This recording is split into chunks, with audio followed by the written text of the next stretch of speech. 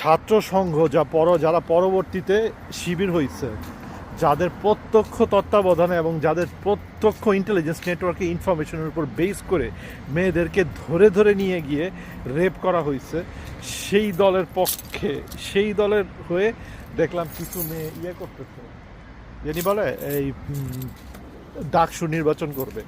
তারা আবার বলতেছে যে আমরা শিবির না, আমরা শিবিরের প্যানেলের থেকে দাঁড়াইছি।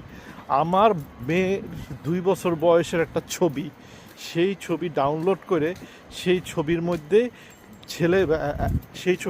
ছবিতে 2 বছরের বাচ্চার হাতে ডিগ ধরায় দিছে। এই হইল গিয়ে বাংলাদেশ ছাত্র শিবির।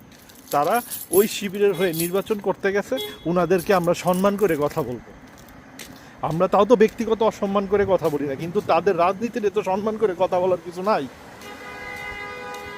আপনি তো কি বলবো যে বাংলাদেশের ইতিহাসের সবচেয়ে জঘন্য গ্রুপ আওয়ামী লীগের থেকেও 50,000 গুণ জঘন্য। আওয়ামী লীগ কতটি মানুষ মারছে?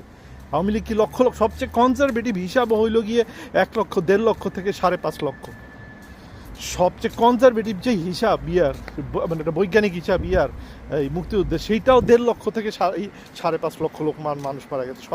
ওরা বলতেছে সর্বনিম্ন 1.5 লক্ষ থেকে সর্বোচ্চ 5.5 লক্ষ মানুষ মারা গেছে।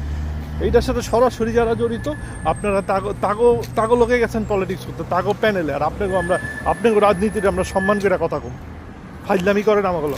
আল্লাহ হাফেজ।